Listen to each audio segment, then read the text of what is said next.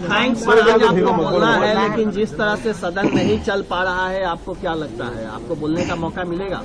देखिए, बीजेपी की कोशिश रहती है कि चर्चा न हो, और ये हम लोगों ने अभी देखा ही है कि जिस समय चीन के सवाल पर लीडर ऑपोजिशन और अन्य दल जानकारी हासिल करना चाहते थे, भारतीय जनता पार्टी पीछे हट गई।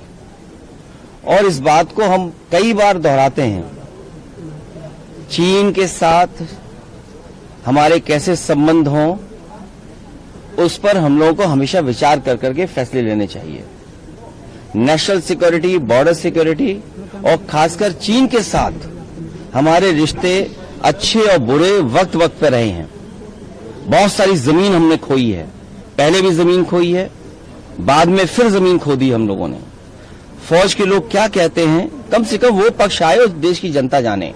न केवल हम जमीन खोते हैं चीन से, हमें अपना बाजार भी हमारा छिनता जा रहा है। कुछ पुरानी सरकार में छिना बाजार, फिर अब बाजार छिन गया।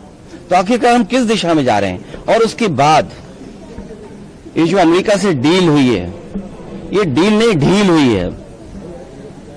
हमारा पूरा बाजार उनके हाथ में दे दिया।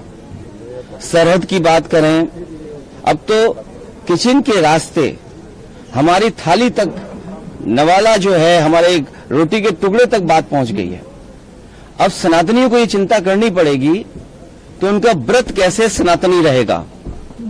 मान लीजिए डेयरी प्रोडक्ट्स वहां से आ गए, तो हमारे सनातनी लोग व्रत कैसे रखेंगे, हम सब भारतवासी व्रत कैसे रखेंगे? बड़ा चिंता का विषय है। और फिर सीधा सीधा हमला है। जो भारतीय जनता पार्टी के संगी साथी समय समय पर स्वदेशी का नारा देते थे, आखिरकार वो लोग कहां हैं? वही जो बिल्डिंगें बड़ी बड़ी बनी हैं, कहीं उसके अंदर अंग्रेजी चश्मा लगाकर तो नहीं बैठे हुए हैं। और ये बात तो साबित हो गई है, जिस तरह की डील हुई है, न जाने क्या क्या उसमें फैसले होंगे। देश तो जानना चाहता है। पीयूष गोयल जी ने कल कहा कि जो हमने कहा था कि एग्रीकल्चर को नहीं हमने रखा है टाक पर, वो हमने अपना वादा निभाया है। और सदन में वो देना चाहते थे पर नहीं दे पाए क्योंकि प्रोटेस्ट इतना हो गया। वजह से और जिस तरह से हंगामा हुआ उसकी वजह से बोल नहीं पाए। कहीं ऐसा तो नहीं कि चीन के सवाल पर न्यूक्लियर ये अमेरिका की बात को आगे बढ़ा दिया हो, व्यापारिक अपने जो संबंध गहरे किए हैं, कहीं वो बात तो बाहर नहीं आ गई सामने। अखिलेश जी, एसआईआर पे बात करें तो ममता बनर्जी सुप्रीम कोर्ट जाएंगी एसआईआर के इशू पर, क्या कहना है आपका?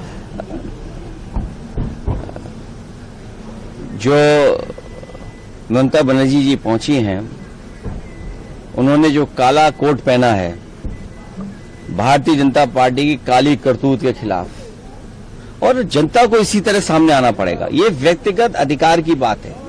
मत का छीनना आपका हक का छीनना। मत छीनेगा तो हक छीनेगा, और हक किस बात का?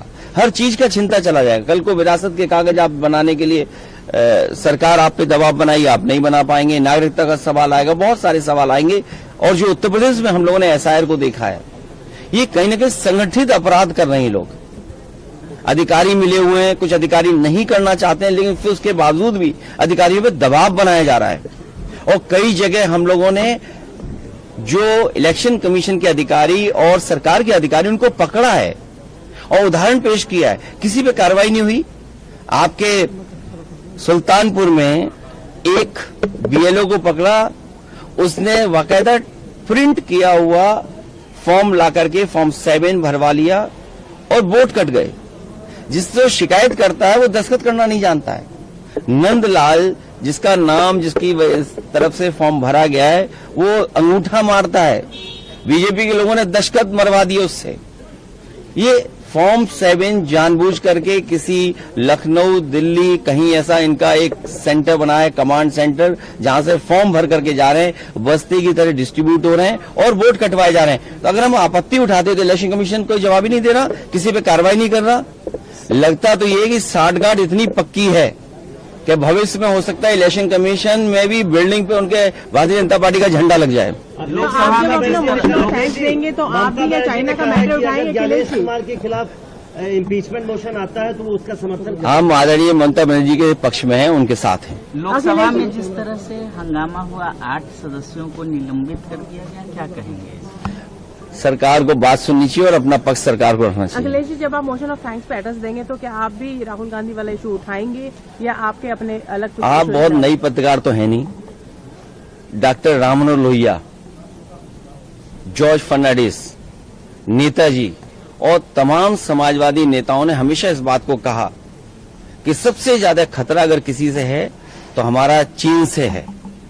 और चीन की ने पहली बार जमीन नहीं हमारी छीनी है। कब हमने तिब्बत खो दिया और कब अभी हम लोगों ने पेंगोंग लेक और 5 फिंगर्स में न जाने कहां फौज हमारी चली गई। और सबसे महत्वपूर्ण बात मैंने इसी सदन में उठाया था, रिजांगला मेमोरियल। रिजांगला मेमोरियल जहां बना था उसको हटा करके कई किलोमीटर दूर फिर बनाया गया है। कहते हैं रिजांगला मेमोरियल तो है वहां पर, सवाल रिजांगला मेमोरियल का तो है ही है, लेकिन उसके साथ साथ कितनी जमीन आपकी चीन के पास चली गई। तो ये बहुत सेंसिटिव मैटर है। और फिर बाजार किसने दे दिया चीन को? आप दवाइयां कहां से लाओगे, फर्टिलाइजर कहां से लाओगे, आपका कारोबार कैसे चलेगा, अर्थव्यवस्था कैसे चलेगा? उस मोड़ पे खड़ा कर दिया है कि हम अमेरिका के साथ जाएं, हम रूस के साथ जाएं, हम चीन के साथ जाएं। भारत किसके साथ जाए? भारत का व्यापार किससे मजबूत हो? हम मजबूत अपना कैसे करें? इसलिए हमें उम्मीद है कि जब हम लोग पक्ष रखेंगे तो इन सब बातों को रखेंगे। और महत्वपूर्ण सवाल यह है कि किसान के साथ जो धोखा हो रहा है, ये सबसे बड़ी बात है कि आजादी के बाद इतना बड़ा धोखा किसी सरकार ने नहीं दिया होगा जो भारतीय जनता पार्टी देने जा रही है। और वो लोग जो स्वदेशी का नारा देते थे, आज वो कहां है? उनके संगी साथी जो स्वदेशी का नारा देते थे।